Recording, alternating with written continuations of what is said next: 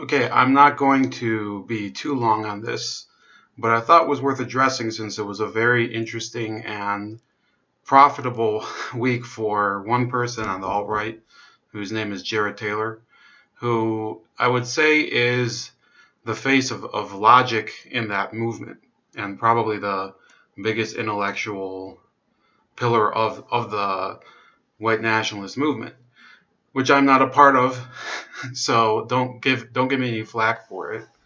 But you could see from two different interactions he had during the past week that he was interviewed by one person who thought that he had an intellectual edge on him, an intellectual and probably a moral superiority. And then he had kind of a debate with Tariq Nasheed, who was, needless to say, if you watch the whole debate, Tariq Nasheed basically, his entire case was calling everything that Jared Taylor said a lie and relying on false history, talking about pyramids and his own documentary, citing his own documentary, which is based on nothing. And it's been proven that most of the stuff that Tariq Nasheed has been proposing about, we was kings, basically. That's the best line. that all of it is based on some very sketchy and tenuous evidence. The Egyptians, for one thing, there's very little link between ancient Egypt, with Nefertiti and King Tut, and West Africa, where most Black Americans come from. But there were some important cultural and social accomplishments in West Africa. Why doesn't Tariq Nasheed want to talk about that? Well, probably because in the scheme of Western civilization, it just doesn't seem that great. I took a course. I know about some of those things that happen in West Africa. But in any case, then there was another thing that happened before that. There was an interview between him and Israeli politician and journalist Nitzan Horowitz. Now, what is not said in the interview is that Nitzan Horowitz is a far left figure in Israel. He's pretty much there's a lot of people on the alt-right which seize on the idea that this is an Israeli Jewish journalist, and they say, oh, well, this is a person who thinks it's okay for Israel to do policies against the Palestinians or against immigrants, but he doesn't think that America can. Well, no, that's not the case. Nitzan Horowitz is a far left, pro-Palestinian, pro-immigrant politician, ex-politician. He served in the Knesset, which is Israel's parliament, for 2 terms. And his point of view is it's about as different from Netanyahu's as you can get. And it's not. I'm not taking the Netanyahu side necessarily in the argument, because there's certainly areas where I think Israel should be encouraging national sovereignty for every country. But believing in a world where every country has the right to determine its own foreign policy, because that's what they need. That's what all their surrounding countries need. That's what the whole world needs. They need a recognition of national sovereignty.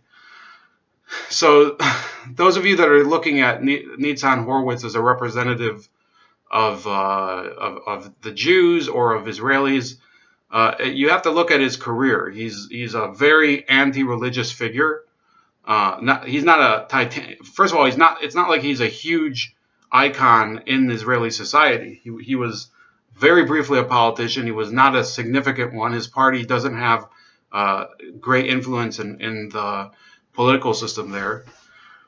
They're basically relegated to yelling at the podium from the seats. That's what he represents. And when I watched the interview, it was pretty much a rehash of Jorge Ramos's interview with Jared Taylor, where he basically, he used a bunch of emotional bullshit, such as saying that what Taylor says evokes painful memories for certain people. In Ramos's case, he was using, America is a nation of immigrants, that garbage, like that means anything. When you debate somebody who is a Yale educated, I think his background Jared Taylor's is in, I think it is in anthropology, but I'm not quite sure. But in either case, this is a Yale accredited academic. He speaks Japanese, he speaks French at a very high level. I'm a person who speaks a couple languages, but Jared Taylor is, far and away, he's one of the more brilliant intellectuals that's on YouTube right now. And it doesn't matter that I disagree with his belief system. I know that even if I think that my belief system is better than is more correct than Jared Taylor's, I know that I have to argue with him on the terms that define the debate, not on the terms that emotionally affect me, which is what Horowitz did. It's what Jorge Ramos did. In the Tariq Nasheed debate, it was more like two people speaking two different languages. Everything that Jared Taylor said was based on some research that he did. Everything that Tariq Nasheed said was based on calling reality a lie, and but believing that Asians for some reason the only reason they're able to succeed in America is because white supremacists allow them to, and saying that white supremacists they control the system, but he can't name them. So I'll lay out for you. This is going to be very short because I do have to leave. But I'll lay out for you a very simple counterargument for Jared Taylor. And I'm not trying to either attack Jared Taylor as a person or support Jared Taylor as a person. I think he's just like everybody. I think he has the right to proclaim his values on the internet, especially since he's an advocate for nonviolence. Let's all remember that. So basically, his arguments rely on what's called race realism, which is something that I've been following a fair bit more, but I don't really comment on because it's not the focus of my channel. And he believes that there are genetic indicators that show by race how people's IQs will be. Basically that every race has a certain IQ range that the members of it fall under, and those that fall outside of it are like the outliers or whatever. So, and those things are backed up by a lot of statistical data that he's collected through decades of research. And then, based on that, he believes that the importation or the immigration of non-white immigrants into the United States will cause a lowering of the national IQ. It will cause a downfall of white society. He thinks that miscegenation will lead to the destruction of white America and white people. And also that people prefer to live among their own. So I think that every one of those arguments, yes, he does have some good data collections to back them up. And, I have no problem with him wanting his white ethnostate, just like some people want a black ethnostate, just like some people want Latino ethnostates, just like some people want American Indian ethnostates. It's okay to want those things, and especially if you're advocating for it through nonviolence. I don't feel threatened by it personally. I wouldn't be a part of that because I don't belong to, I don't even know what ethnic group I belong to. I'm kind of a mixed bag, I guess. Well, they're both Jewish, but the Eastern Oriental Jewish and the European Ashkenazic Jewish that he actually talks about. And he's not an anti-Semite. He talks very frequently about how he has admiration for, Jewish, I guess, Jewish groups or whatever. Probably not for the liberal establishment among Judaism, but, I still have to agree with Jared Taylor on these grounds. And I give him the courtesy that I wouldn't give to other members of the right, like Andrew Anglin and Weave or whatever, because Taylor does not couch his arguments in hatred of other groups. So I want that to be clear. But where he's wrong is that he thinks that white people and all other people decide to associate with people only of their group. And he thinks that this is due to their recognition that there are different types or breeds of species that exist within the human within the human species as a whole. So that's a very easy argument to disprove through history.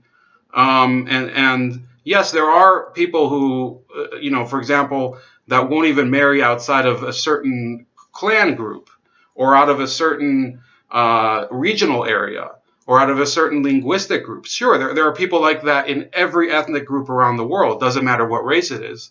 But if you look at the history of European expansion throughout the globe, they sort of break that mold.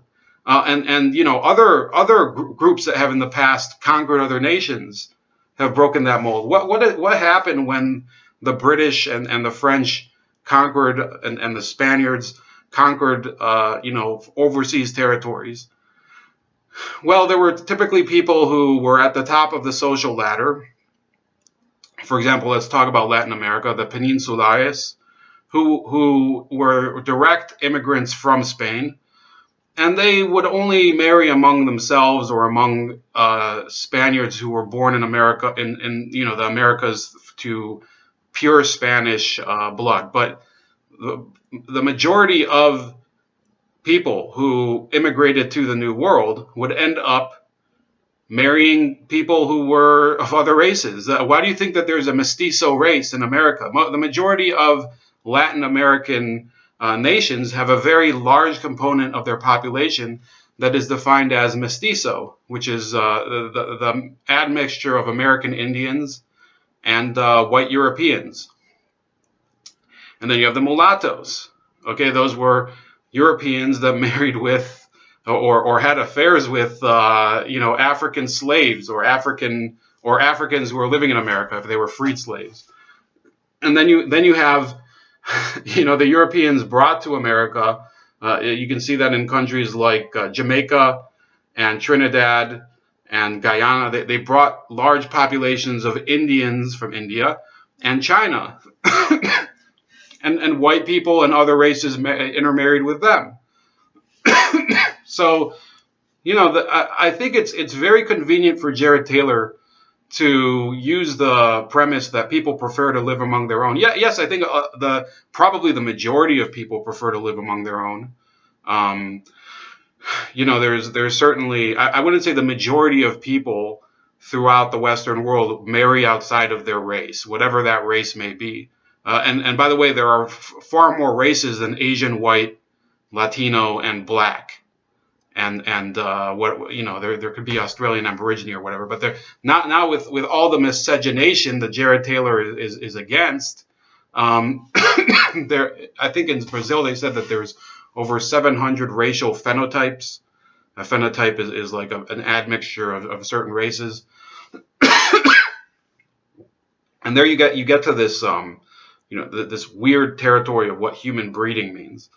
So I mean, there's a real question how far that in-group preference really goes. I think the in-group preference depends on social pressure. So if you're somebody who lives in a city where you're part of a community that's very close-knit and people within that community tend to hang out with people within that community or town or whatever village, then yeah, absolutely. I think it's people would for sure have a stronger tie to marrying and interacting with people of their own community than with people outside of it.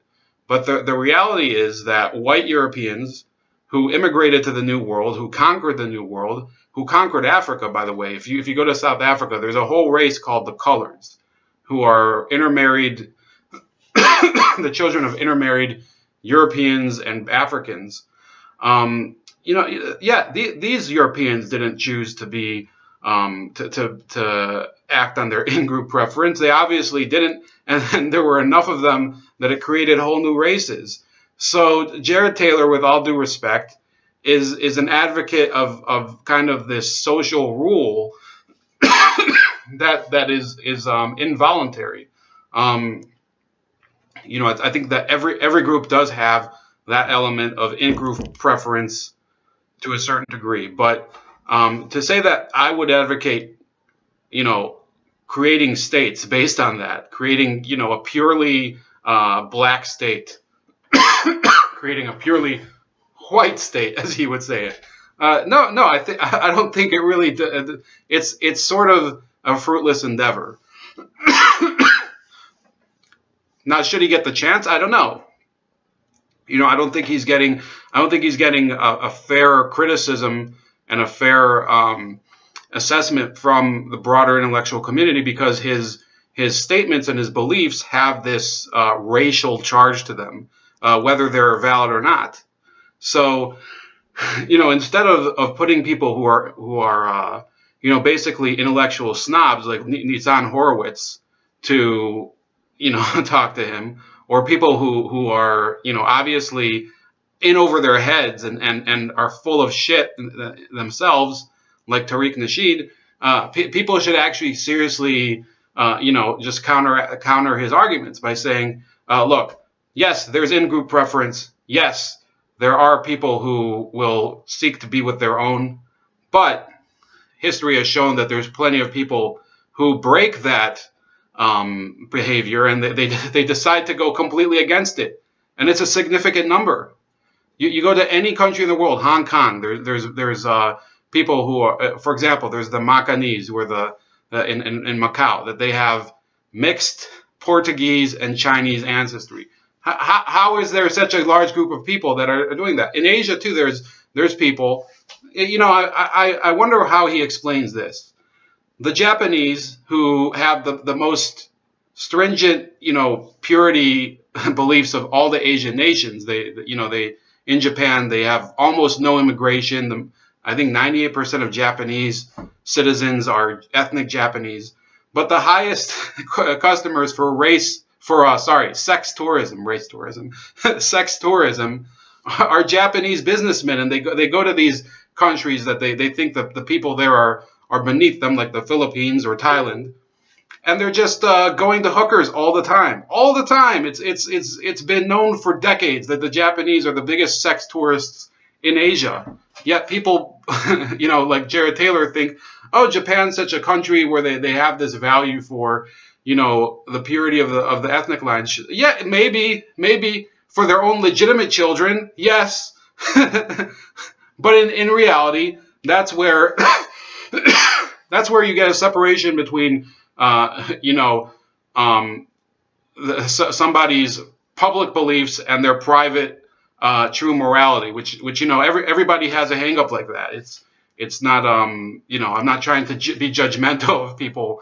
Okay, maybe I'm not going to endorse sex tourism, but I'm just saying that sex tourism is a disproof for Jared Taylor's argument that there's only in-group preference. If there's only in-group preference, why are all these dudes in seersucker suits flying to Manila and going to whorehouses for weeks on end? So sorry, I can't agree with that. And that's my argument against race realism from a realistic perspective, behavioral realism. So enjoy. I hope you do check out that debate, though. It was pretty interesting.